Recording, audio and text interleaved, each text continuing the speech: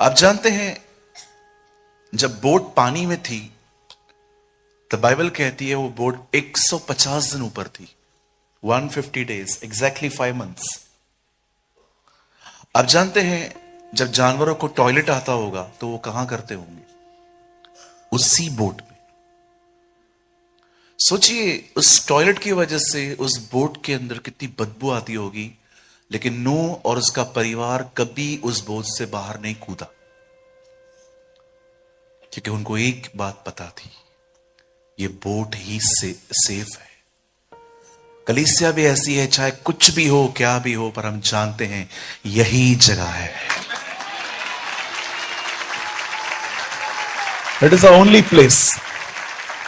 सो मैं यीशु के नाम में कहता हूं, अगर आपको चर्च जाने के लिए लाखों रुपए का नुकसान भी उठाना पड़े ना, उठा लेना, सौदा खरा है।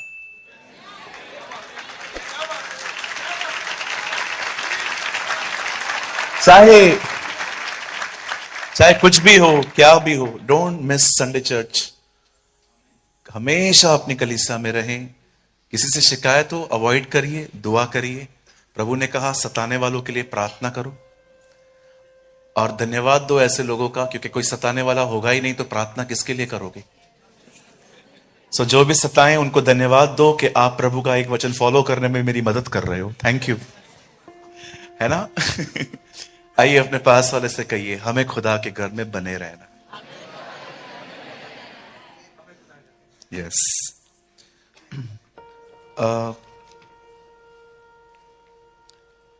मैं प्रभु के वचन को देने से पहले 5 मिनट में आपसे बात करना चाहता हूं, और मैं चाहता हूं आइए आप सब सामने देखें, और सिर्फ 5 मिनट के बाद मैं स्टार्ट करूंगा।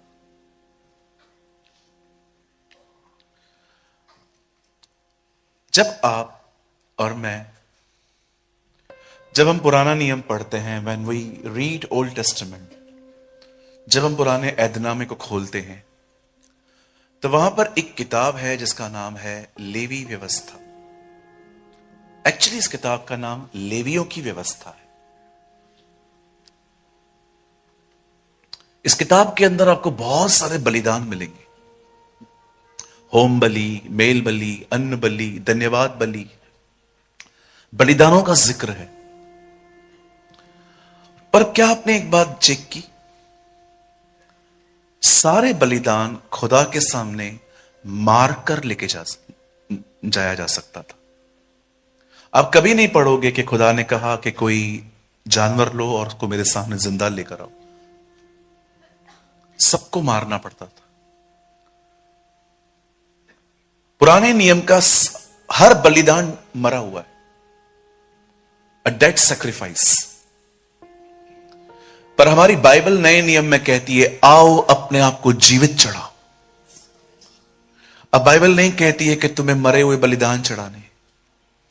Now the Bible says sacrifice, offer yourself as a living sacrifice. अब अपने आप को जीवित, पवित्र, निर्दोष, भावता हुआ बलिदान करके चढ़ाओ। यही तुम्हारी आत्मिक सेवा है। एक बार मैं जब इस लेवी व्यवस्था की किताब और इस वचन को पढ़ रहा था, तो मैं खुदा से एक बात पूछ रहा था, खुदा पुराने नियम में सब बलिदान मरे हुए हैं, बट नए नियम में आपने कहा अपने आप को जिंदा लेकर आओ। और मैं सोचने लग गया, मैं अपने आप को खुदा के सामने जिंदा कैसे ले जा सकता हूं? और आप सभी जानते हैं बाइबल ही बाइबल को एक्सप्लेन करती है। बाइबल ही बाइबल को एक्सप्लेन करती है। हो सकता है आज कोई वचन आपको नहीं समझ में आ रहा है, पर कुछ समय के बाद एक ऐसा वचन मिलेगा जो उस वचन को एक्सप्लेन कर देगा। आप जानते हैं जब मैं एक वचन को मैंने पढ़ा और उस वचन में उत्तर लिखा हुआ था कि एक्चुअली हम अपने आप को जिंदा कैसे चढ़ा सकते हैं, और यह वही वचन था जो यीशु ने शैतान को कहा था, मनुष्य केवल रोटी ही से नहीं परंतु परमेश्वर के हर एक उस वचन से जो उसके मुंह से निकलता है जीवित रहेगा।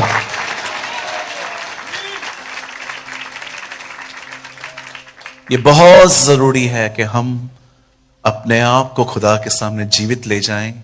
और यह तब होता है जब हम हर दिन उसे सुनते हैं। और परमेश्वर के बात करने के बहुत तरीके हैं।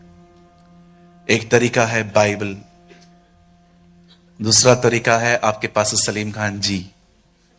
मैं परमेश्वर का दास भी कह सकता था, लेकिन मैंने आदर के साथ कहा। और एक तीसरा भी प्रभु आपसे बात कर सकते हैं कि जब आप सो जाओ तो वो आपके सपनों में आके आपसे बात कर सकता है।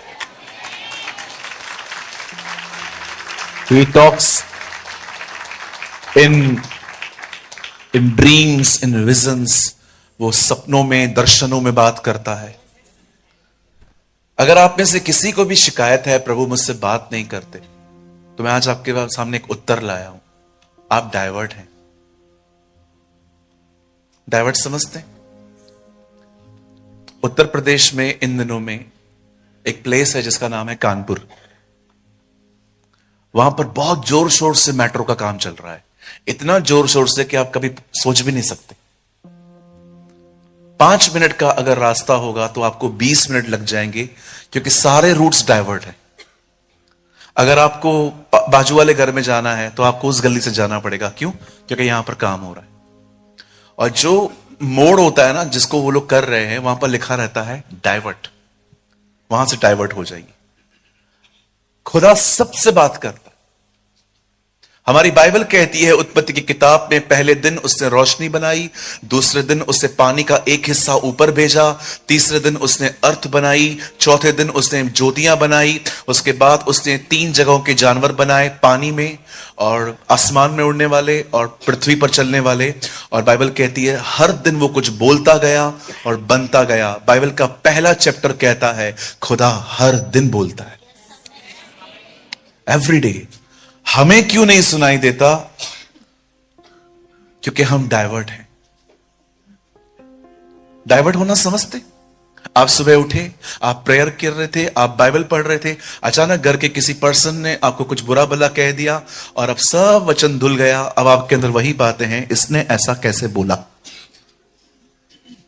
इसे कहते हैं डाइवर्ट हो जाना। कुछ लोग मोबाइल में डाइवर्ट हैं इन दिनों में। वे तो बाथरूम में भी फोन ले जाते। फिर परमेश्वर का वचन वहां भी आता है, हे एलिया तेरा यहां क्या काम।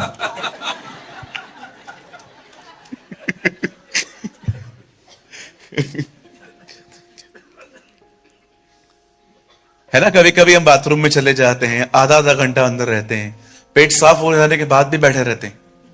और फिर प्रभु ऊपर से आके कहता है, हे एलिया यहां तेरा क्या काम। ओके प्रभु मैं जा रहा हूं। सी हम डाइवर्ट हैं जी। इवन मैं भी कभी कभी डाइवर्ट हो जाता हूं। हाँ बिल्कुल हो जाता हूं। परमेश्वर रोज बात करते, every single day. Charles Spurgeon ने कहा, dusty Bible is a sign of backsliding. वे लोग जिनकी बाइबल के ऊपर मट्टी लगी है वे खुदा से दूर जा रहे हैं। एक परमेश्वर के जन ने उस सदी में कहा था, dusty Bibles are the sign of backsliding. जिस व्यक्ति के बाइबल के ऊपर धूल लग जाए समझ जाओ वो खुदा से दूर जा रहा है, कि बाइबल खुल नहीं रही है। सो आज मैं विश्वास करता हूं प्रभु हमसे बात करने वाले हैं। आमेन। सो आज आप डाइवर्ट मत होइएगा, ठीक है जी। मैं जानता हूं मुझे आपकी चर्च देख के हमेशा बॉम्बे की लोकल ट्रेन याद आती है। आप कभी आए हैं बॉम्बे आप लोग? कौन कौन आया है? एक दीदी ने हाथ उठाया था, आप भी आए हैं। ओके, आपने हमारी लोकल ट्रेन में कभी सफर किया है? हाँ, हमारी ट्रेन्स के अंदर एक खूबसूरत बात है, आपको ना उतरने की जरूरत है ना आपको चढ़ने की जरूरत है। आप सिर्फ खड़े हो जाओ, हम आपको चढ़ा भी देंगे, हम आपको उतार भी देंगे।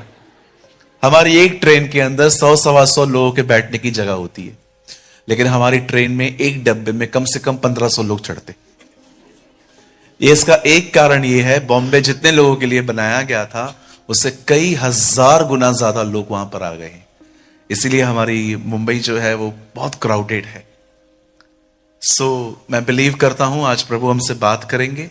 और मैं जानता हूं पास्टर जी ने, मैं एक बहन यहां खड़ी थी, पास्टर जी बोल रहे थे आगे बढ़ो, तो मैं सोच रहा था पास्टर जी दीवार तोड़ने के लिए कह रहे हैं इन्हें।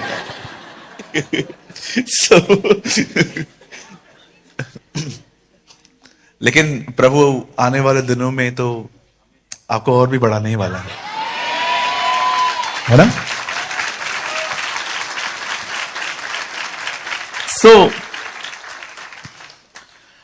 वैसे मैं वचन को जल्दी टाइटल नहीं देता, क्योंकि मैं बिलीव करता हूं कभी कभी मैसेज घूम जाता है। कई बार क्या होता है, मैं जानता हूं जितने भी प्रभु के दास बैठे हैं यहां, उन्होंने भी अनुभव किया होगा कि कभी कभी हम जो तैयार करते हैं हम वो बोल ही नहीं पाते। मैं कभी कभी टाइटल नहीं दे पाता हूं, लेकिन आज मैंने अपने संदेश को एक टाइटल दिया है, और उस टाइटल का नाम है प्रभु प्रतिफल देगा,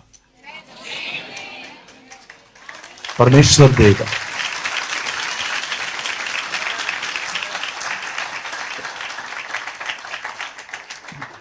क्या आप सब तैयार हैं? ओके। 11:20 हो रहे हैं।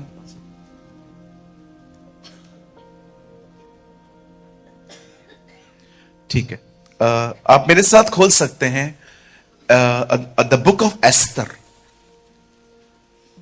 द बुक ऑफ एस्तर, ये पुराने नियम की बुक है। ओके, मैं आपके लिए कुछ सेकंड्स वेट कर रहा हूं, आप आराम से खोल लीजिए, और अगर आपके पास वाले को नहीं मिल रहा है तो आप उनकी मदद करिएगा। The book of Esther.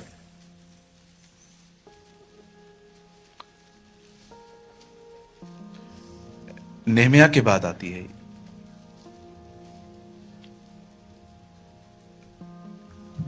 अगर आपको न मिले, क्योंकि बहुत बीच में आती है, तो इंडेक्स में भी जा सकते हैं, लेकिन मैं चाहता हूं प्रॉपर स्क्रिप्चर सब खोलें।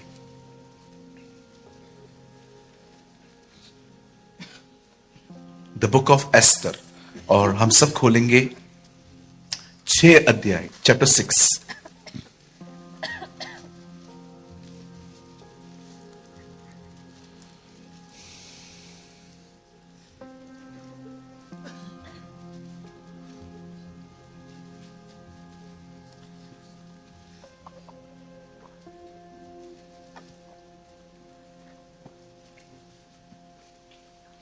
और सबने खोल लिया? पक्का? आपको बुरा तो नहीं लगा मैंने कहा हेल्प करो दूसरों की? तो बुरा मत मानिए, क्योंकि कभी कभी बाइबल सिर्फ चर्च में खुलती है, इसलिए मिलती नहीं है। हमारे कलीसिया में तो एक भाई को उत्पत्ति भी नहीं मिल रहा था।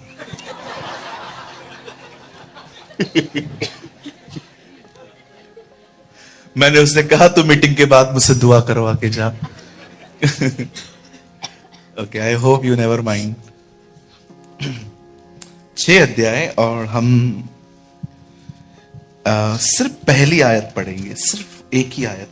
उस रात राजा को नींद नहीं आई, इसलिए उसकी आज्ञा से इतिहास की पुस्तक लाई गई और पढ़कर राजा को सुनाई गई। बहन एक बार फिर से थोड़ा आराम से पढ़ेंगे। उस रात राजा को नींद नहीं आई, इसलिए उसकी आज्ञा से इतिहास की पुस्तक लाई गई और पढ़कर राजा को सुनाई गई। ओके। अगर जिनको नींद नहीं आती है, ये वचन रोज पढ़ा करो।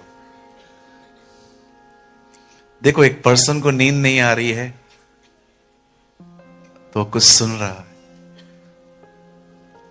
कभी खुदा भी अगर आपके साथ ऐसा करे, आपको सोने न दे, तो कुछ पढ़ लिया करे, बहुत खूबसूरत टाइम जाएगा आपका, है ना? मैं चाहता हूं आइए आप सब सामने देखिए। इस दुनिया में बहुत सारी अनफेयर चीजें होती हैं। In this world there is so many unfair things happen. मेरा एक दोस्त है, he is a very loyal with his company. वो अपनी काम की जगह के साथ बहुत लॉयल है। लेकिन कुछ लोगों ने उसके खिलाफ पॉलिटिक्स रची कि इसको जॉब से निकालना है, और उसके ऊपर कुछ ऑफिस के अंदर कुछ सीन क्रिएट करके उन लोगों ने बॉस की नजर में उसको गिरा दिया। 10 लोग एक ही बात कह रहे हैं कि इसने ऐसा किया, लेकिन वो जानता था वो उसने ऐसा नहीं किया, और लास्ट में उसकी जॉब चली गई। इसे कहते हैं अनफेयर। इस दुनिया में ऐसी बहुत सारी ऐसी चीजें होती हैं जिसमें आपका कोई दोष नहीं है, बट आपके साथ हुआ। Life is not always fair with you. जिंदगी हमेशा आपके साथ वैसी नहीं होती जैसे आप सोचते हैं, लेकिन ये दुनिया की बात है। मैं आपको बताना चाहता हूं, स्वर्ग में एक है जो ऊपर से सब देख रहा है, और एक दिन वो आपको न्याय दिलाएगा। Is wonderful.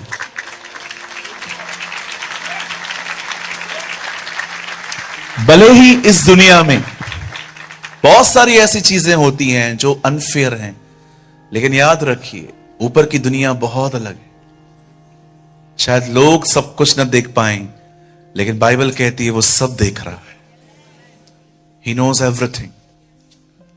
दानियल की पुस्तक में लिखा है, अंधेरे में क्या है तू जानता है, क्योंकि तेरे निकट प्रकाश बना हुआ है। सो आपके साथ कितना भी अनफेयर हुआ हो, चाहे आपके साथ कुछ भी ऐसा हुआ हो जिसमें आपकी गलतियां नहीं थी, या तो एक चीज मैं देखता हूं जो बहुत पेनफुल है। मैंने देखा है जो लोग बहुत कुछ करते हैं ना, उनके काम को कभी ऊपर कोई नहीं लेके आता।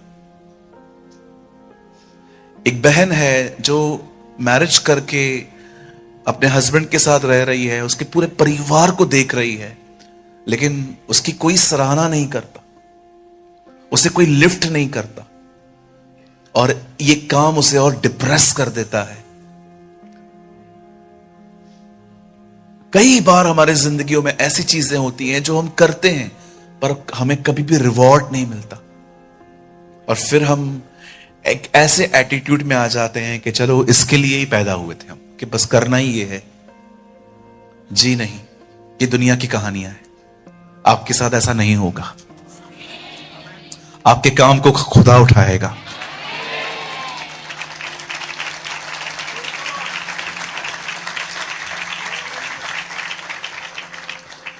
मेरी बाइबल कहती है एक दिन था जब शरेश राजा ने अपने 127 प्रांतों में एक भोजन, एक बहुत बड़ी पार्टी अनाउंस की। मैं आपको बताना चाहता हूं, एस्तर एक ऐसी किताब है जिसमें खुदा का नाम नहीं है। आपको कहां पर भी परमेश्वर, प्रभु, यहोवा, पवित्र आत्मा, यीशु ये वर्ड्स नहीं मिलेंगे। प्रभु की एक दासी जॉइस मेयर, जब उसके चर्च के अंदर लोग आके कहते हैं प्रभु काम क्यों नहीं करते, तो उनको हमेशा कहती है एस्तर पढ़ो। तुम्हें वहां पर भी दिखेगा कि खुदा कुछ नहीं कर रहा, लेकिन वही कर रहा है, वही कर रहा है। अगर आपको ऐसा लगता है कि परमेश्वर इन दिनों में कुछ नहीं कर रहा, तो मैं आपको सेम बात कहूंगा उस बहन की। आप एस्तर की किताब पढ़िए, जहां पर परमेश्वर का नाम नहीं है, पर सारे कामों से भरी हुई है उसकी। वो हर अध्याय में कुछ कर रहा है। कई बार प्रभु को आदत है पर्दे के पीछे काम करने की, वो कर्टन के पीछे काम करता है। इसलिए यीशु की मौत ने पर्दा फाड़ा ताकि हम देख सकें कि पर्दे के पीछे क्या हो रहा है। आमीन। बाइबल कहती है एक राजा था जिसका नाम था शरेक्श इन इंग्लिश, और खुदा के पाक कलाम में लिखा है कि उसने अपने 127 प्रांतों को, बड़े बड़े लोगों को, अधिकारियों को, उसने अपने गवर्नर्स को, अपने सेंचुरियंस को, हर एक को बुलाया कि आओ हम एक पार्टी करने वाले हैं। और इतिहास गवाह है ये पार्टी 6 महीने चली है, 180 डेज। और इस पार्टी के अंदर उन्होंने हर चीज खाने के लिए रखी थी, और एक चीज वहां पर और भी जिक्र है कि शराब पीने के लिए वो लोग किसी को भी जोर जबरदस्ती नहीं करते थे। लिखा है पीना तो नीति के अनुसार होता था। सब जिक्र है कि हां ऐसा हुआ है, इट्स अ फैक्ट। और बाइबल कहती है उन्हीं दिनों में जब शरिश राजा बहुत पी चुका था, तब उसने रानी वश्ती को एक मैसेज भेजा कि तू क्वीन है और क्वीन की तरह हमारे बीच में आ। और वो दिखाना चाहता था कि कितनी खूबसूरत पत्नी दी है उस खुदा ने, मतलब उसके पास है। लेकिन हम सभी जानते हैं रानी वश्ती ने साफ मना किया, मैं नहीं आने वाली, आई विल नॉट कम। और जब यह बात राजा को पता चली कि रानी ने मुझे मिलने से मना किया है, वो बाहर आने से उसने मना किया है, बाइबल बताती है वो क्रोध से भर गया, क्योंकि अब बात ईगो पे आ गई थी। अब बात आने और जाने की नहीं थी, अब बात यह थी मेरी आज्ञा क्यों नहीं मानी। जानते हो ईगो, एक घमंड से भरे हुए व्यक्ति के अंदर सबसे बुरी बात क्या है? वो भलाई से ज्यादा अपनी बात माने जाने से खुश होता है। कहिए पास वाले को कभी घमंड न करें, घमंड से दूर रहिए। हमारी बाइबल कहती है खुदा को चढ़ी हुई आंखें भी पसंद नहीं, चढ़ी हुई आंखें। एक परमेश्वर के दास ने सीढ़ियां बनाई, सीढ़ी। अभी आप YouTube देख रहे हैं ना, पहले YouTube इतना नहीं होता था फेमस, पहले सीडीज चलती थी। आपके घर पे कोई पुराने DVD प्लेयर्स पड़े? अभी तो कोई यूज ही नहीं करता, लेकिन पहले DVD प्लेयर्स आते थे, सीडी डालते थे हम लोग। मुझे आज भी याद है, हम बाजार से ले आते थे।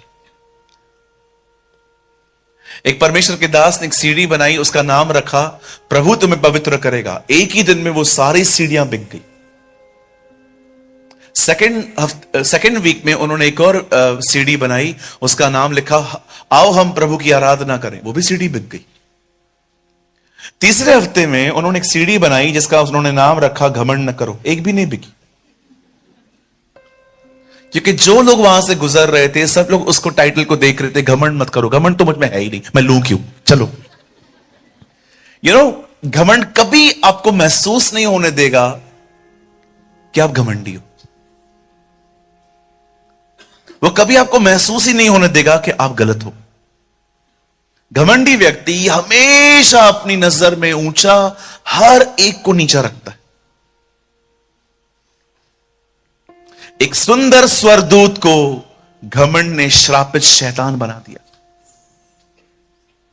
जो नाश होने के लिए रखा गया है। बस डोंट प्राइड। इवन आपको आपके बाइबल के ज्ञान पे भी घमंड नहीं होना चाहिए कि मुझे दूसरों से बेहतर पता है। मैं लास्ट टाइम आया था, मैंने आपको बताया था, मैंने रिसेंटली एक आदमी के साथ डील की थी।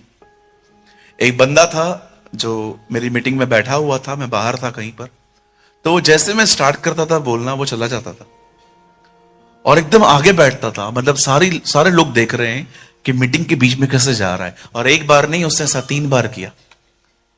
अब एक्चुअली ये पर्सनल थिंग है, मुझे इतना ध्यान नहीं देना चाहिए, लेकिन पता नहीं क्यों मैंने उससे पूछा, मैंने कहा भाई साहब आपको कुछ तकलीफ है? जैसे मैं आता हूं आप चले जाते हो। तकलीफ नहीं है, मुझे सब पता है, आई नो एवरीथिंग, मेरे को सब पता है। ऐसे चुटकियां मार के बात करते, ये अजकल से कुछ पूछो, यर्मिया से कुछ पूछो, प्रकाशित वाक्य से पूछो, मैं तुमको बता दूंगा। मैंने प्रभु से कहा प्रभु मैं आज इसे नहीं छोड़ूंगा, मैं बाद में पश्चाताप कर लूंगा, लेकिन आज इसे नहीं छोड़ूंगा। मैंने कहा भाई साहब आइए, 2 मिनट काम है आपसे। हाँ पूछो पूछो पूछो, क्या पूछना है? मैंने कहा मैं यर्मिया यशाया इन किताबों से नहीं, मैं सुसमाचारों से पूछ सकता हूं। अरे सुसमाचार तो मैं ऐसे ही पढ़ चुका हूं। मैंने कहा अंकल एक क्वेश्चन ये है, यीशु ने 5000 लोग को खाना खिलाया, उनके नाम तो बता दो।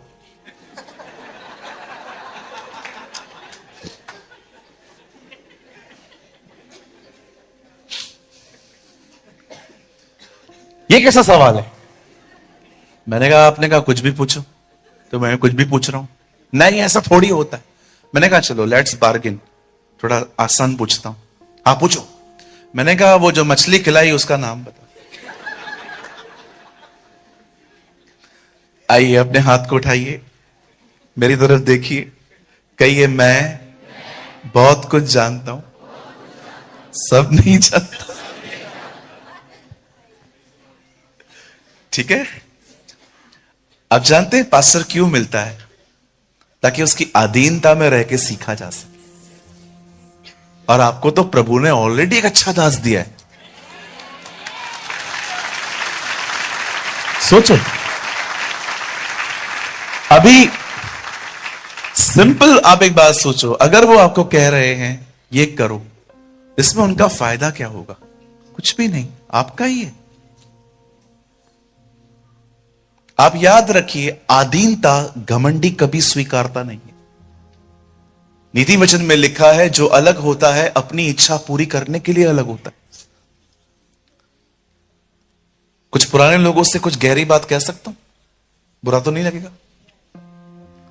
जब रोलैंड अंकल रेनॉल्ड बॉन्की को बीच में छोड़ के भाग रहा था।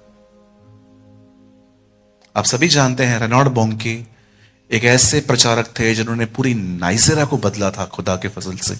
और उनके जाने के बाद जो उनका स्पिरिचुअल सन था रोलैंड, जो इन दिनों में सेवकाई कर रहा है, वो अपनी किताब में लिखता है, जब मैंने अधीनता अस्वीकार की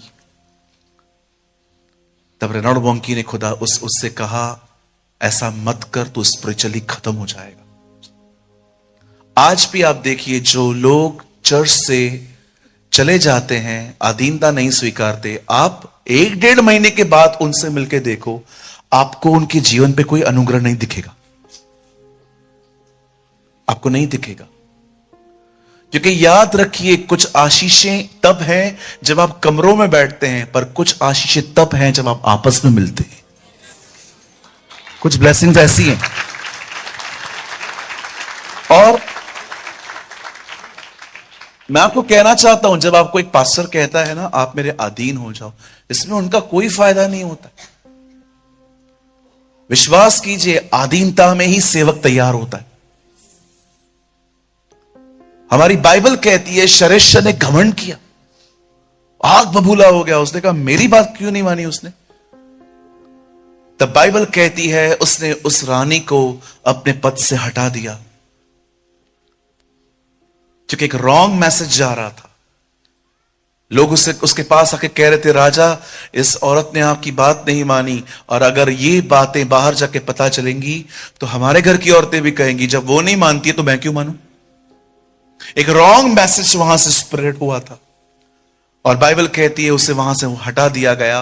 अब बाइबल कहती है रानी का पद खाली था, और बाइबल कहती है उन दिनों में एक नया लेटर जारी किया गया कि जाओ, प्रांत प्रांत में हर जगह पे जाओ, और राजा के लिए एक ऐसी लड़की ढूंढो जो पटरानी बन पाए। और बाइबल कहती है उन दिनों में एस्तर अपने चाचा मौद्रके के साथ एक घर में रहती थी, और सब लोग ढूंढ रहे थे लड़कियों को कि कौन सी वो लड़कियां होंगी जिनको हम ले जा सकते हैं। और बाइबल कहती है किसी की नजर एस्तर पे गई।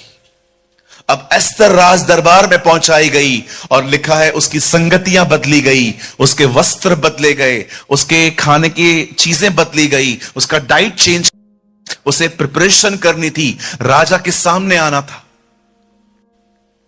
यह कहानी कितना हमें यीशु के लिए बताती है ना, है ना?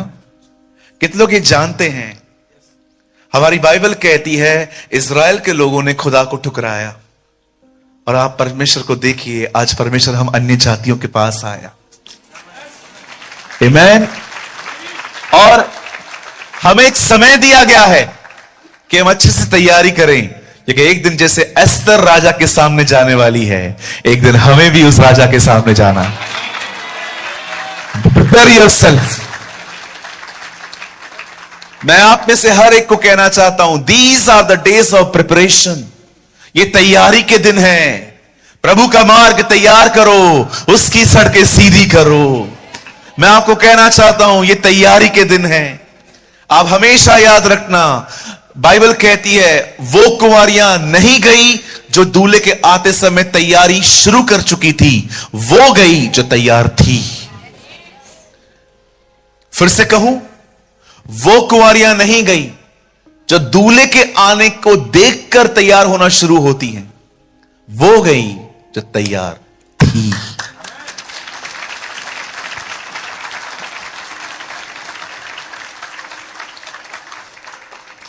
बाइबल कहती है ये वो दिन थे जब एस्तर को हर दिन नई नई चीजों से संवारा जा रहा था और कई महीनों की तैयारी में उसे तैयार किया गया। अब मैं आपको कुछ बताना चाहता हूं जिस पे आपको बहुत ध्यान देना पड़ेगा, नहीं तो आप समझ नहीं पाएंगे चीजें। आप जानते हैं एस्तर अपने चाचा मोर्दके के साथ रहती थी। अब एस्तर तो पैलेस में है, चाचा कहां गया? ये बहुत अमेजिंग पॉइंट है बाइबल की। आप जानते हैं उसका चाचा कहां गया?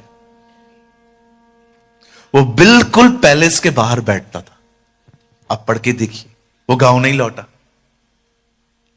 ऐसा नहीं है कि वो उस लड़की को राजभवन में छोड़ के अपने गांव चला गया कि चलो लड़की अंदर है। नो, आप पढ़ के देखो, आपको पूरी बाइबल में वो उसके बाद हमेशा पैलेस के बाहर बैठा हुआ मिलेगा। वो दरबार के बाहर बैठा रहता था। और आप जानते हैं उन्हीं दिनों में राजा का एक और कर्मचारी था, हमान। वो रोज आता जाता रहता था और जब भी वो आता था लोग उसके सामने झुकते थे, सजदा करते थे। लेकिन मोर्दके जो उसी पैलेस के बाहर बैठा रहता था, see this is his attitude. वो जा रहा है और ये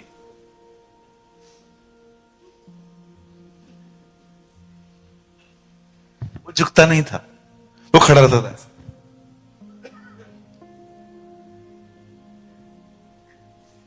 अब ये चीज हामान को मार रही थी। एस्तर की किताब एक ऐसी किताब है जिसमें बहुत सारे घमंडी लोग आपको दिखाई देंगे। कुछ लोग कहते हैं मेरे को प्रेज द लॉर्ड नहीं बोला, आप जाके बोलो, आप छोटे हो जाओगे। पूछो बाजू वाले को, आप छोटे हो जाओगे। मैं उधर खड़ी थी, पास्टर जी सबसे मिलके गए, मेरे को बात भी नहीं की। आपने है ना अपने पास्टर के खेत ले लिए हैं, अभी दुश्मनी चल रही है आप दोनों की। क्या मुझे बताइए उनके मन में क्या होगा आपके लिए? एक भाई ने तो हमारे चर्च में हद कर दी। उसने कहा आज मैंने प्रभु के सामने चिन्ह रखा था, अगर पास्टर खुद प्रेज द लॉर्ड कहेगा आगे तो मैं समझ जाऊंगा प्रभु क्या चाहते थे। मैंने कहा ये चिन्ह नहीं है, ये बेवकूफियां हैं। पॉल वॉशर ने कहा don't seek sign, seek scripture.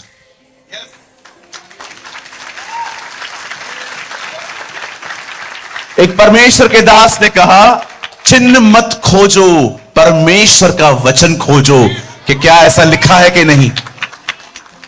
आइए अपने पास वाले से कहिए, कोई हमसे मिले या न मिले, लेकिन आज हम सबसे खुद मिलने जाएंगे। हाँ, don't live in a spirit of dictatorship. Dictator की तरह मत जियो, मैं क्यों ना मिलूं। हामान देखो, एक आदमी नहीं झुकता था, पूरी कौम को बदला लेने के लिए आगे आएगा। अभी प्रॉब्लम क्या है? बात को देखो, कितनी छोटी बात है कि वो आता है पर कोई उसके सामने मौद्र के झुकता नहीं है। आप कभी इंतजार न करें कि कौन मुझसे मिलेगा, आप खुद जाओ, सबको प्रेज द लॉर्ड बोलो, जय मसीह बोलो, शालोम बोलो। आप बहनें हो, किसी बहन को आप हक करो, भाइयों भाइयों को हक करो, मिलो आपस में। नहीं नहीं, ऐसा कैसा, मैं एल्डर हूं, तू ज्यादा झुक। बिल्कुल, आप झुकेंगे ना बहुतों को बचाएंगे। आपने हमारे प्रभु को देखा,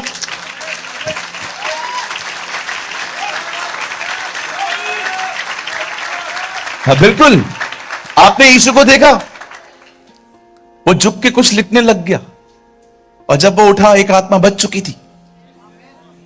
झुकने वाले लोग सदैव लोगों को बचाते।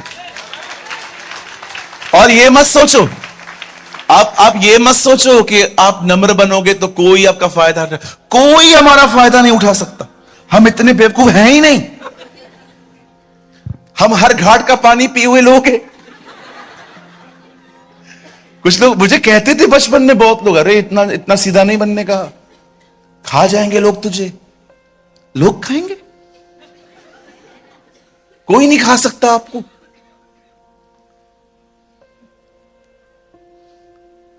मैंने बहुत सारे भाई बहनों को देखा है, एकदम मस्त डिक्टेटर की तरह जिंदगी जीते, महाराजा एंड महारानी। जगह पे फिक्स रहता है चर्च में इनका, जैसे वो आएंगे हट जा। अरे ये क्या बात है जी? आगे बैठना, जल्दी आओ। हमारे कलीसिया में एक बहुत बड़ी बहन आई, मतलब है वो, मैं मानता हूं वो किसी पोजीशन पे है। वो पहले आई और सारी पहले की रो पूरी भर चुकी थी। हमारी कलीसिया में 10:30 की सर्विस में 10:15 बजे पूरी 70% चर्च भर जाती है, क्योंकि सबको डर रहता है कि लेट गए तो पीछे बैठेंगे। इस डर में सब जल्दी आ जाते। छोटी कलीसिया चलाने का यह बहुत बड़ा फायदा होता है। आप जानते हैं, वो एक बहन आई और उसने आके देखा, पहली रो में सब लोग बैठे हुए थे और हमारे लोग भी इतने सयाने कि वो देख रही है कि जगह चाहिए और सब अपना मुंह ऐसे करके बैठे हुए कि हमें ना उठना पड़े। मीटिंग पूरी हुई, उन्होंने मुझे कहा, pastor I have a complain. मैंने कहा टेल मी व्हाट हैपेंड, क्या हुआ? आपके चर्च में एक बात ठीक नहीं है। मैंने कहा क्या हुआ, क्या बोलो तो सही। आपके चर्च में मेन लोगों को बिठाने के लिए कोई जगह अच्छी नहीं है। मैंने कहा हमारे चर्च में मेन लोग जल्दी आते।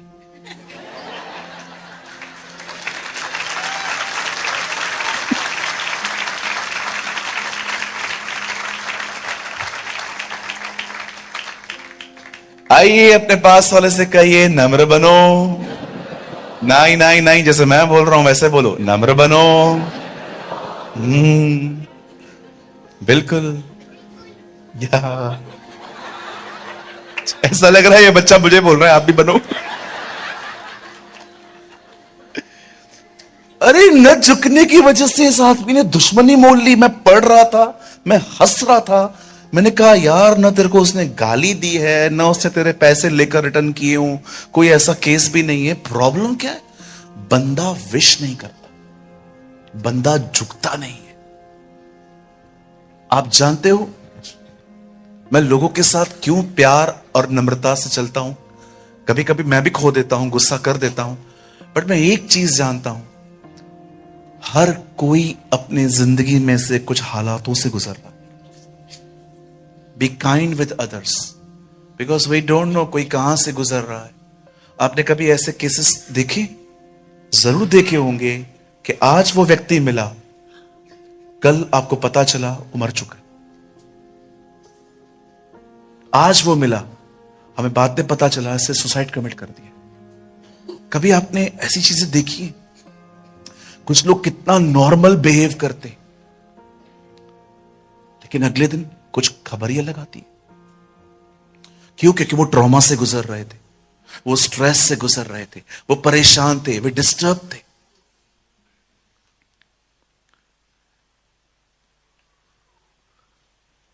खुदा का पाक कलाम कहता है, मैं आपका अधिक समय नहीं लूंगा, मुझे सिर्फ आपके 15-20 मिनट चाहिए। परमेश्वर का वचन कहता है, जब हामान उतरता था दरबार से राजा के कुछ काम से, और बाइबल कहती है जब मोर्दकाय उसको देखता था और वो उसके सामने झुकता नहीं था, ये बात उसे बड़ी डिस्टर्ब करती थी। एक दिन हमारी बाइबल कहती है, इससे ठान लिया कि ये राजा के कानों को भरेगा, और उससे राजा को सारी बातें पहुंचाई कि राजा, हमारे बीच में कुछ ऐसे लोग मिलते रहते हैं जो हमारे कानूनों को नहीं मानते, इनकी अपनी ही नीतियां हैं। मैं चाहता हूं आप इन लोगों को खत्म करने की आज्ञा दे दें, और मैं आपसे वादा करता हूं इसके बदले मैं फायदा भी करवाऊंगा आपका, कि जब ये लोग मरेंगे इनकी जितनी भी संपत्ति होगी वो मैं सब दरबार में ले आऊंगा। अगर आप इंग्लिश बाइबल में पढ़ें तो कमेंट्री ऐसी बताती है कि इसने राजा के साथ एक सौदा किया। राजा ने कहा गो अहेड, आप आगे बढ़ो, करो। और आप जानते हैं इससे पहले भी बाइबल में एक इंसिडेंट हुआ है। जब एस्तर का चाचा बाहर बैठता था तो वो सारी खबर रखता था कि दरबार के आसपास हो क्या रहा है। तो 2 लोग ऐसे थे जो राजा को मारने की कोशिश कर रहे थे, और ये बात उसने दरबार में पहुंचा दी थी और उससे राजा की जिंदगी बचाई थी। और उन दिनों में एक ऐसी प्रथा थी कि जो कुछ होता था वो डायरी में लिखा जाता था। आज भी आपने देखा होगा बहुत सारे लोग अपनी लाइफ की डायरी लिखते, हर दिन जो उनके साथ होता है वो लिखते रहते हैं।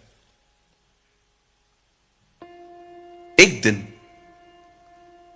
जब राजा के कान भरे गए और राजा ने कहा ठीक है मारो इन लोगों को, उस समय के कुछ समय के बाद एक रात आई जिसका मैं जिक्र करना चाहता हूं। लिखा है इस रात राजा को नींद नहीं आ रही थी और राजा को लगा कि मैं कुछ सुन लेता हूं। और राजा ने अपने एक कर्मचारी से कहा एक काम करो, कोई बुक लेकर आओ और आके पढ़ के सुनाओ। और लिखा है कि एक हिस्टोरिकल बुक निकाली गई, इतिहास मतलब जो हो चुका है। और जानते हैं उस किताब को जब उसने खोला और उसमें से वो देखो पेपर भी वही निकला है, और उस पेपर को उसने खोला, वहां पर लिखा था राजा एक दिन था जब आप पे कोई हमला करना चाह रहा था और एक व्यक्ति ने आपकी जिंदगी बचाई थी। मैं बिलीव करता हूं ये बुक अपने आप नहीं निकली है। नो नो, हो ही नहीं सकता। आप देखो ये किताब उन दिनों में निकली है जिन दिनों में उस आदमी और उसकी जाति को खत्म करने का फतवा जारी हुआ है। और वो कहता है सर कोई समय था जब आपको कोई मारने वाला था और आपकी जिंदगी किसी व्यक्ति ने बचाई थी। और राजा ने कहा अच्छा तो क्या उस आदमी के लिए कुछ किया गया है? बोला नहीं, कुछ भी नहीं। बोला कौन है वो? बोला एस्तर का चाचा हामान, मौद्रके सॉरी। अगले दिन बाइबल कहती है राजा बैठा हुआ था और राजा ने अपने आंखों से क्या देखा कि बाहर जो है हामान टहल रहा था और वो हामान को बुला के कहता है इधर आ। और वो गया। बोलता है एक बात तो बता, अगर राजा के साथ कोई ऐसा ऐसा करे तो उसके साथ क्या क्या करना चाहिए? ये अपने बारे में सोच रहा था, शायद राजा मेरे बारे में। राजा उसको क्या करना चाहिए? उसको राजश्री वस्त्र पहनाओ, उसको घोड़े पे बिठा दो, आगे लोगों को प्रचार करने के लगा दो कि ये अच्छा व्यक्ति है। उसने कहा वेरी गुड, ये सब कुछ तू अब मौद्रके के साथ करेगा।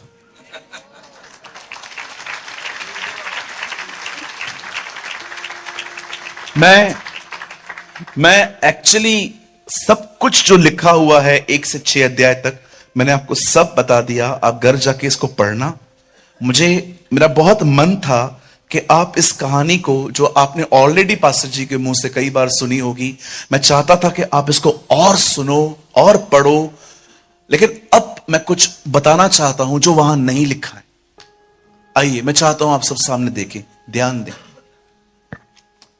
ये जितना भी मैंने आपको बताया इसमें कोई प्रकाशन नहीं है, ये सब लिखा हुआ है, ऐसा हुआ था। आप जानते हैं जिस समय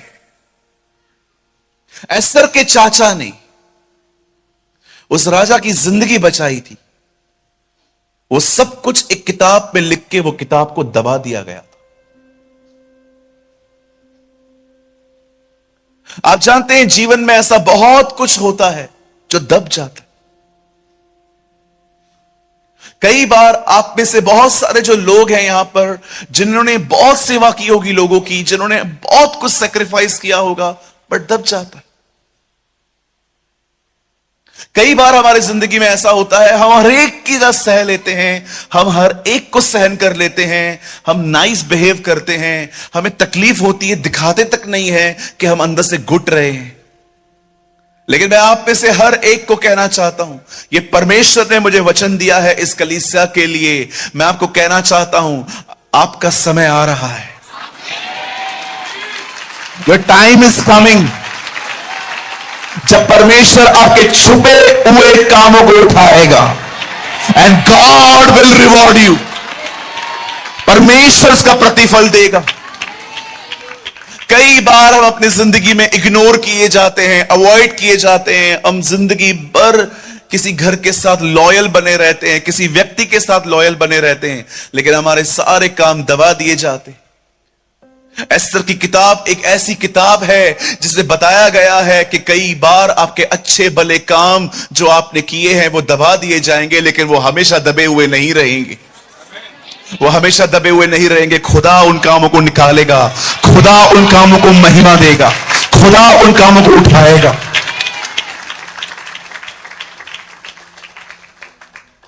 मैं किसी की बुराई नहीं कर रहा हूं। मैंने अपने जीवन में ऐसे बहुत सारे काम किए जिसकी क्रेडिट कोई और लेके चला गया। मैं एक जगह पे नौकरी करता था। एक समय था जब मुझे खुदा ने कहा उस जॉब को छोड़, वो तेरे लिए नहीं है। मेरे शॉप पे हर कोई 12 बजे आता था। मैं अकेला व्यक्ति होता था जो 10 बजे आके पूरे शॉप को क्लीन करके बैठता था, और मेरे बॉस आते थे 1 बजे।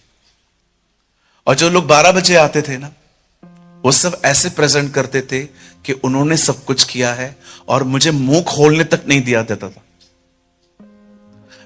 उन सबकी सैलरी बढ़ गई, मैं वहीं पर था। मैं सुबह सुबह आऊं, मैं अपने शॉप को क्लीन करूं, डस्टिंग करूं, क्लीनिंग करूं, मैं सब कुछ करके रखता था। मैं ये इसलिए करता था क्योंकि मुझे कुछ चाहिए था।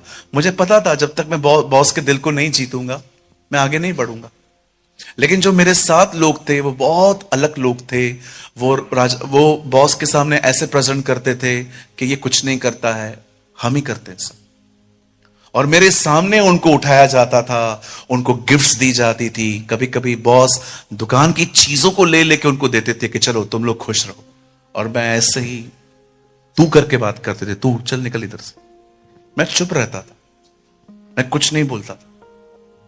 इवन मैं किसी को नीचे नहीं कर रहा हूं। मैंने कुछ ऐसे विश्वासी भाई बहनों के साथ भी मुलाकात की कि आप उनके लिए कितना भी करो, कम ही पड़ने वाला। आप जानते हैं, मैं ऐसा मत समझिए कि मैं किसी को फेवर कर रहा हूं। कई बार हमें लोगों से शिकायतें होती हैं कि इसने ये नहीं किया मेरे लिए, किसने वो नहीं किया। पर मैं आपको बताऊं, कुछ ऐसे भी लोग आपके जीवन में होते हैं जिन्होंने आपके लिए बहुत कुछ किया है, लेकिन आपने उनको इग्नोर किया।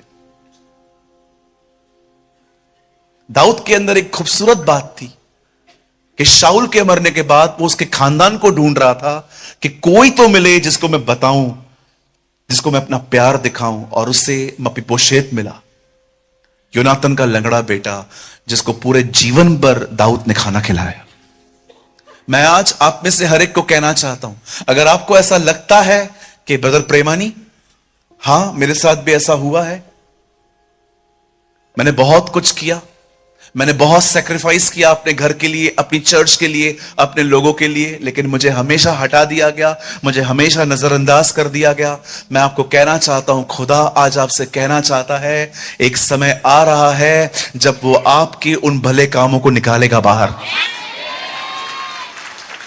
वो आपको उठाएगा। God will lift you up. आप जानते हैं, खुदा का पाक कलाम कहता है कि उस रात वो किताब खोली गई और एक छुपे हुए काम को उठाया गया, और परमेश्वर ने उन कामों को महिमा दी। मैं आपको एक चीज और कहना चाहता हूं, आपको न्यूट्रल करने के लिए। सुनिए, आप कभी भी, आपको जितना करना है ना करो, लेकिन मैं आपको न्यूट्रल करने के लिए कह रहा हूं ये बात, आप ना रिवॉर्ड की उम्मीद खुदा से रखो। आप भलाई लोगों के साथ करो, लेकिन वो आपको आपके साथ भला करेंगे ये उम्मीद मत करो। आप ये उम्मीद करो कि भले ही मैं कितना भी करूं, मेरा रिवॉर्ड वहां से आएगा, 100% आएगा। मैं फिर से कहूं, अगर आप लोगों की भलाई इसलिए करोगे ताकि वो आपके साथ भलाई करें, तो मैं आपको सच कहता हूं, आप थक जाओगे, थक जाओगे। आई प्रीच व्हाट आई प्रैक्टिस। मैं आपको वो बता रहा हूं जो मेरे साथ हुआ है। आपको जितना करना है करो, अपनी जिंदगी निश्वार कर दो, लेकिन वो भी करेगा ये उम्मीद मत करो, अदरवाइज आप हमेशा उसको ही देखते रहोगे। ब्रदर, मैं अपनी सांस से कितना अच्छा चलती हूं, पर वो हमेशा मेरे पति को कंप्लेन ही करती है। बिल्कुल करेगी, क्योंकि आप उसको देख रहे हो। ब्रदर, मैंने अपने हस्बैंड के लिए कितना कुछ किया, लेकिन आज भी मेरा पति मेरे बच्चों को यही सिखाता है कि तुम्हारी मां थोड़ी ऐसी वैसी। ब्रदर, मैंने अपने काम पे कितना कुछ किया, मैंने अपने बॉस में अपनी कंपनी के साथ कितना लॉयल रहा, पर ब्रदर हुआ क्या, सब ऊपर आज मेरा भी सैलरी उतना ही है। जी नहीं। एक दिन फ्लोरिडा में एक पास्टर को कैंसर हुआ। उन्होंने पास्टर बेनी हिन को कॉल किया कि पास्टर बेनी, क्या आप मेरे चर्च में आएंगे? मुझे कैंसर है, लेकिन यह बात चर्च को पता नहीं है। आप आइए, प्रचार कर लिए, अंत में मेरे लिए प्रार्थना करके चले जाइए, पर किसी को बताइएगा मत कि मुझे कैंसर है। पास्टर बेनी हिन जब वहां पर खड़े हुए थे और जब भी वो आगे बढ़ रहे थे उस आदमी के ऊपर हाथ रखने के लिए, विश्वास कीजिए, वो अपनी बायोग्राफी में लिखते हैं, मुझे परमेश्वर मना कर रहा था इस बंदे पे हाथ मत रख। बोल रहा था कितनी बार ऐसा हुआ कि मैं जा रहा हूं हाथ रखने के लिए, पर खुदा कह रहा है हाथ मत रख, हाथ मत रख। लेकिन एक टाइम ऐसा आया जब परमेश्वर ने कहा अब जा, अब हाथ रख। Wait wait wait wait. उन्होंने परमेश्वर से पूछा, प्रभु आप पहले बोल रहे थे मत जाओ, अब कह रहे हो अब जाओ? बोला हां, क्योंकि जब तक वो तुझे देख रहा था मैं तब तक कह रहा था मत जा। लेकिन एक दिन एक टाइम ऐसा आया, उसने अपनी निगाहें तुझसे हटा दी और उसने मुझे देखा। मैंने कहा अब तू जा।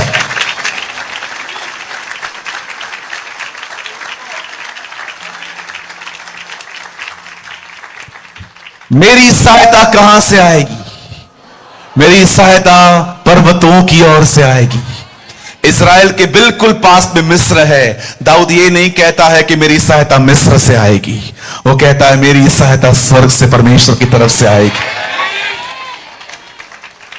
मैं आप में से हर एक को कहना चाहता हूं, जितना करना है लोगों के साथ करो, प्रतिफल तो वहां से आएगा।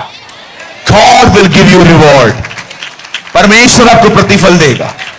जो सेवा आप लोगों के लिए करते हैं, किसी के उद्धार के लिए आप सहन करते हैं, आप एक ऐसे परिवार में रहते हैं जहां पर आप लोगों को बर्दाश्त करते हैं ताकि वो आप में जीसस को देख पाएं, आप सहन करते हैं। मैं आपको कहना चाहता हूं, कोई परिश्रम व्यर्थ नहीं जाने वाला।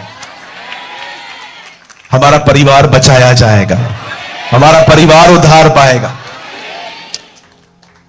आज मीटिंग को बंद करने से पहले एक छोटी सी बात शेयर करना चाहता हूं, बड़े ध्यान से सुनिए।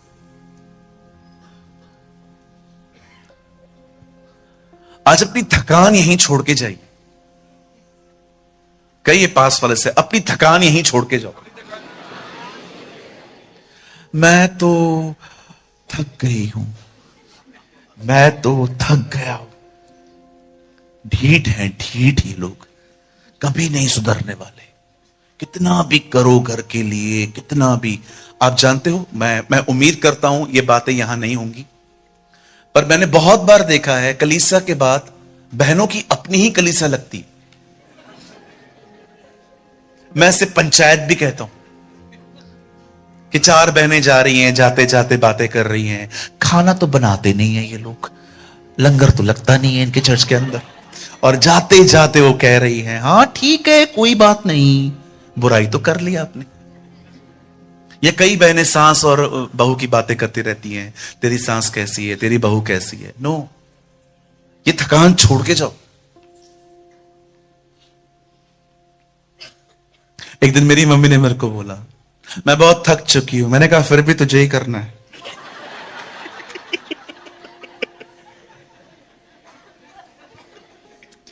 तू तो कभी समझेगा नहीं मुझे। मैंने कहा नहीं मां, मैं नहीं समझूंगा, मुझे समझा भी मत। कई लोगों को मैंने देखा ऐसे से बोलते, थक गया हूं मैं, बस बस बहुत हो गया, अब छोड़ दो मैं और मेरी तन्हाई। कई लोग ऐसे मुगले आजम की तरह बातें करते रहते, छोड़ दो मुझे देवदासों की तरह, मैंने सबके साथ किया, आज के बाद मैं किसी के साथ भलाई नहीं करूंगा।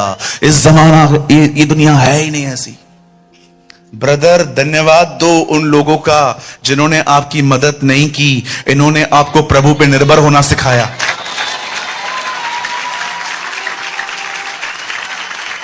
थैंक यू बोलो परमेश्वर को। शुक्र करो उन लोगों का जिन्होंने अपने फोन उस दिन बंद रखे जिस दिन आपको उनकी जरूरत थी। शुक्र करो खुदा का उन लोगों के लिए जिन्होंने उस समय आपका फोन नहीं उठाया जिस समय आपको बहुत जरूरत थी।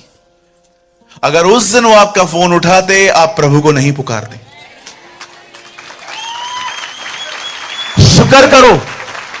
लिसन, वेट, मैं कुछ पूछ सकता हूं आपसे? बताइए, इजरायली मिस्र से निकले और कनान जा रहे थे, तो कहां से जा रहे थे? बोलो बोलो। हाँ जी, जंगल से जा रहे थे। गुड। यीशु ने दरियाए यरदन पे अभिषेक पाया, उसके बाद वो कहां गया? अच्छा, जंगल लेकर कौन गया? दुष्ट आत्मा के पवित्र आत्मा? हाँ, मेरे पीछे कई है। पवित्र आत्मा सिर्फ हरी हरी चराइयों में नहीं ले जाता,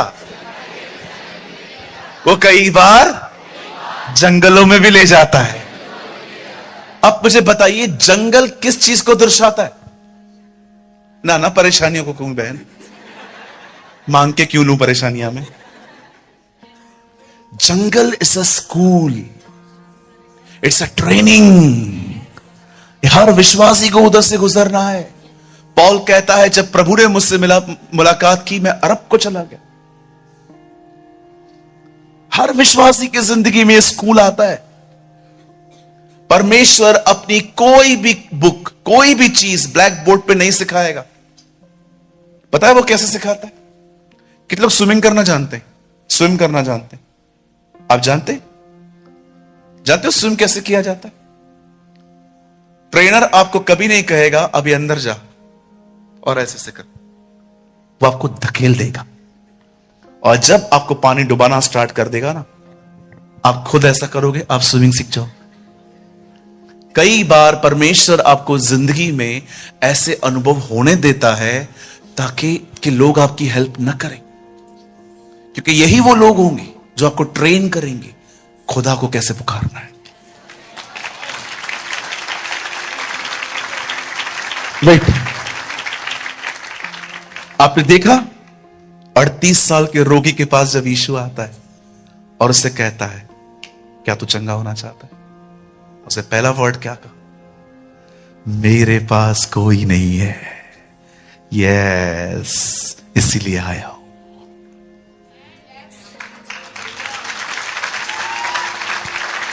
that's why I'm here. ये भाई को प्रॉब्लम आएगी तो पहले व्हाट्सएप स्टेटस पे लिखेगा,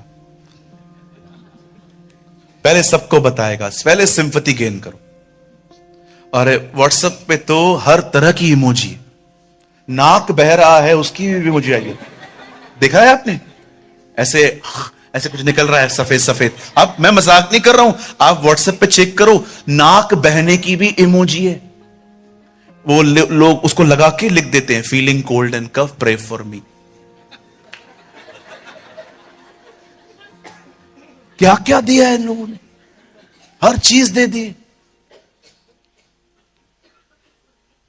एक अंकल, एक आंटी, छोटा बच्चा दे दिया है और लोग लिखते हैं प्रे फॉर माय फैमिली। पहले ये लोग जाएंगे वहां पर लिखेंगे जाके कि मुझे बुखार है, सर्दी है, लुधियाना में ठंडी है, जो भी ये लिखना है लिखेंगे। उसके बाद किसी संस्था में कॉल करेंगे, फिर किसी प्रेयर टावर में कॉल करेंगे, फिर पास्टर जी की खून चूसेंगे, फिर सब करेंगे। लिसन, मेरी बात सुनिए। अंत में खुदा के पास, प्रभु आप तो सब देख रहे हैं। सब देख रहा हूं मैं, सब देख रहा हूं, कितने चक्कर मार के कहां कहां से तू होकर आया है। तुम में से कोई दुखी है तो प्रार्थना करे, आनंदित है तो आराधना करे। किसके पास? वेट, दुखी है तो क्या करे? है ना? पास्टर जी के पास है, थोड़े से बाल जो बचे हुए हैं वो भी निकाले। तुम में से कोई दुखी है, प्रार्थना करे। इसका मतलब क्या है? खुदा के पास है। अगर खुश हो, आराधना करो, प्रभु के पास जाओ। एक्चुअली बाइबल कहती है whatever you feel come to Jesus. Whatever you feel come to Jesus.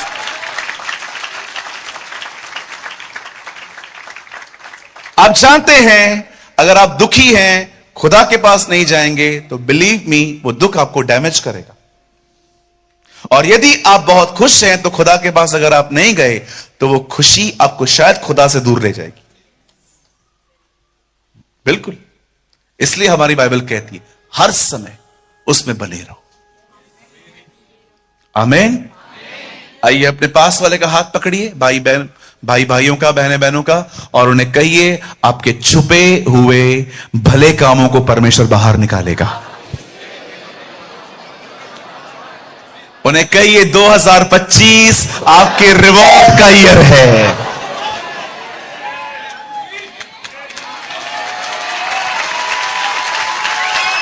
2025 आपके प्रतिफल का वर्ष होगा, जब परमेश्वर हमारे छुपे हुए भले कामों को निकालेगा, हमें नए लेवल पे ले जाएगा, हमें आशीषित करेगा। यीशु मसीह नासरी के नाम में। Amen. Amen. Come on, give a good clap for the Lord. जो मॉर्दकाई के साथ हुआ वो मेरे साथ भी होगा। परमेश्वर मेरे छुपे हुए कामों को बाहर ले आएगा।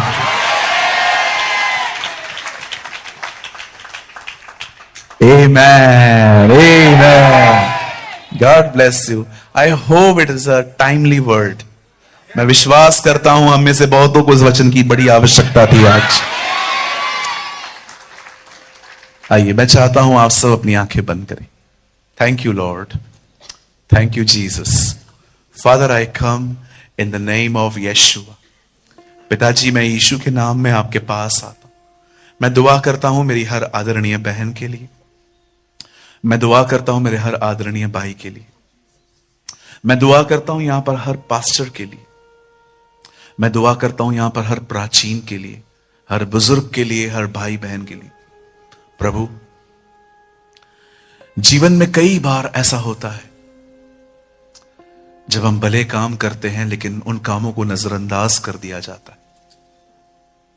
इसलिए बाइबल कहती है गलातियों की किताब के अंदर कि तुम भले काम करने से पीछे ना हटो, क्योंकि जो कोई अपने समय पे फल बीज बो रहा है वो उसकी कटनी भी काटेगा।